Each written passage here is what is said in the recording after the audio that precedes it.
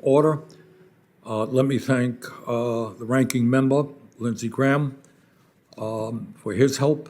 And let me thank our colleagues on the committee and our witnesses who will be testifying remotely, almost all, not all, this morning.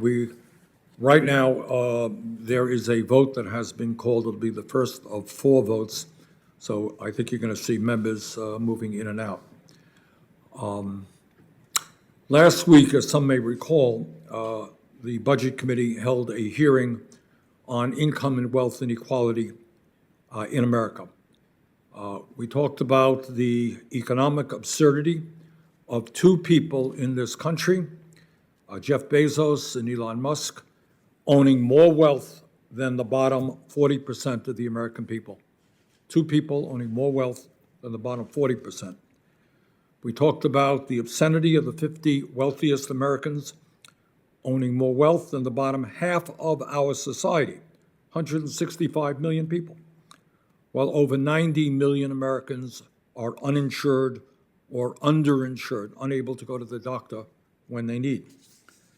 Talked about the absurdity of the top 1/10 of 1% owning more wealth than the bottom 90%. At the same time as 500,000 Americans are homeless and children in our country are going hungry. We talked about the fact that over 650 billionaires in America became $1.3 trillion richer during the pandemic, while 63% of Americans have been living paycheck to paycheck, worried that if their cars break down or their kids get sick, they're going to be in financial disaster. Today, in the midst of massive wealth and income inequality, this hearing is going to talk about the need to end a corrupt and rigged tax code that has showered trillions of dollars in tax breaks to the wealthiest people in our country and the most profitable corporations.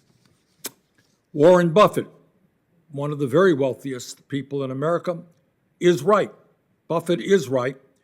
We can no longer tolerate a tax code that allows him, worth $95 billion, to pay a lower tax rate than his secretary.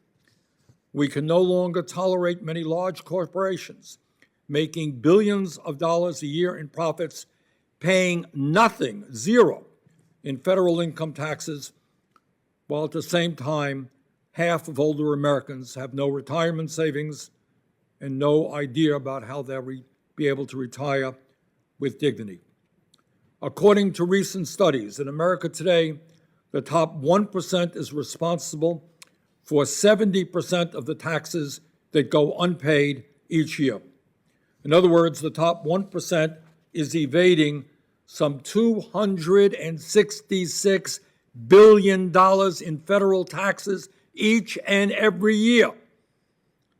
And even in Washington, that is a tidy sum of money. If we collected just a third, 1/3 of the unpaid taxes of the very rich, we could provide in this country and make public colleges and universities tuition-free, provide universal school meals to every child, and guarantee clean drinking water to every person in our country. And that's because the people on top have underreported some 20% of their income. Despite what some of my Republican colleagues may claim, the reality is that when you take into account federal income taxes, payroll taxes, gas taxes, sales taxes, and property taxes, i.e. the entire tax system, we have as a nation an extremely unfair tax code that allows billionaires to pay a lower effective tax rate than public school teachers, truck drivers, and nurses. And that has got to change. We need a progressive tax system based on the ability to pay, not a regressive tax system that rewards the wealthy and the well-connected. Let us be clear, as I think all of us know, this country faces enormous structural crises that we must address. Everybody understands that our infrastructure is crumbling.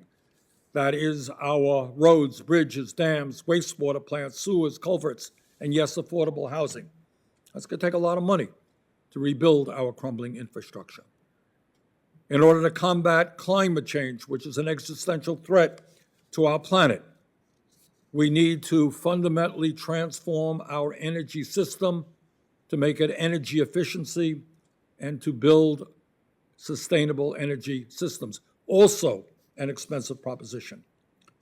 Further, we need to do what every other major country on earth does, and that is to guarantee health care to every man, woman, and child as a human right, not a privilege. We need to make sure that all of our children, regardless of their income, are able to get a higher education if that is what they desire. We need to expand, not cut, Social Security so that 20% of our seniors are no longer forced to survive on an income of less than $13,500 a year. Now, I think as many people know, as a result of the Trump tax cuts for the rich, in 2018, over 90 Fortune 500 companies not only paid nothing in federal income taxes, they actually received billions of dollars in tax rebates from the IRS. Profitable corporations pay nothing in federal taxes, get a rebate from the IRS. For example, just a few examples. 2018, Amazon received a $129 million refund check from the IRS after making $10.8 billion in profits. Delta received a $187 million refund check from the IRS after making over $5 billion in profits. Chevron received a $181 million refund check from the IRS after making $4.5 billion in profits. And this gross unfairness never ends.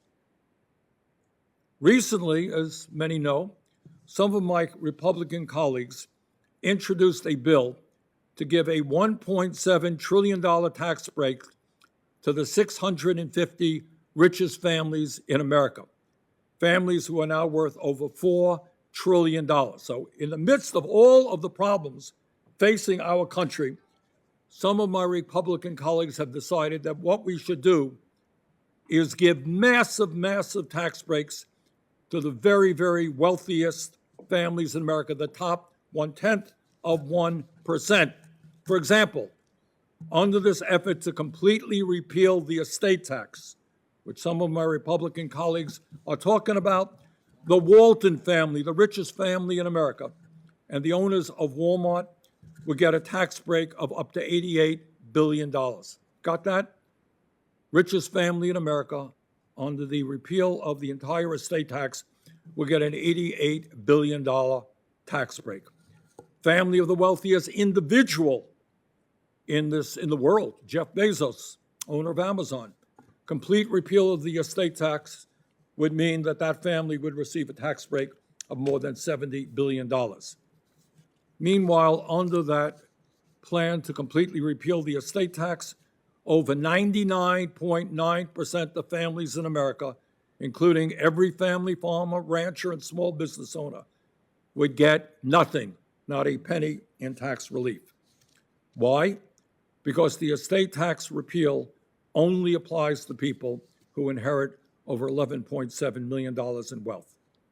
Well, needless to say, I have a very different perspective, and that is why I am introducing today an estate tax bill with Senators Whitehouse, Gillibrand, Reid, and Van Hollen that would do exactly the opposite of what my Republican colleagues would do. It would demand that the families of the billionaire class not only not get a tax break, but start paying their fair share of taxes. And by the way, interestingly enough, when we talk about the estate tax, I hope my colleagues understand this is not an idea invented by Bernie Sanders or some other progressive.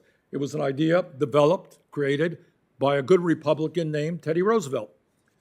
And as Teddy Roosevelt said, quote, and this is an important quote because it's relevant today as it was back then. Roosevelt said, "The absence of effective state and especially national restraint upon unfair money getting has tended to create a small class of enormously wealthy and economically powerful men whose chief object is to hold and increase their power. The prime need is to change the conditions which enable these men to accumulate power. Therefore, I believe in a graduated inheritance tax on big fortunes, properly safeguarded against evasion, and increasing rapidly in amount with the size of the estate. End of quote. Teddy Roosevelt, Republican. And Roosevelt was, of course, exactly right. Further today, I'm introducing the Corporate Offshore Tax Dodging Prevention Act, legislation that would prevent corporations from shifting their profits offshore to avoid paying U.S. taxes and would restore the top corporate rate to 35%, where it was before Trump became president. Today, corporations are avoiding hundreds of billions of dollars in taxes by shifting their profits to offshore tax havens in the Cayman Islands, Bermuda, and other locations. Interestingly, in 1952, corporate income taxes amounted to 32% of all federal revenue. Today, that figure is down to just 7%. So here's the bottom line. We're living in a country which has enormous needs, have a very large deficit, and yet we have a tax code which enables the very, very richest people in America and the largest corporations to avoid paying their fair share of taxes. That has got to change.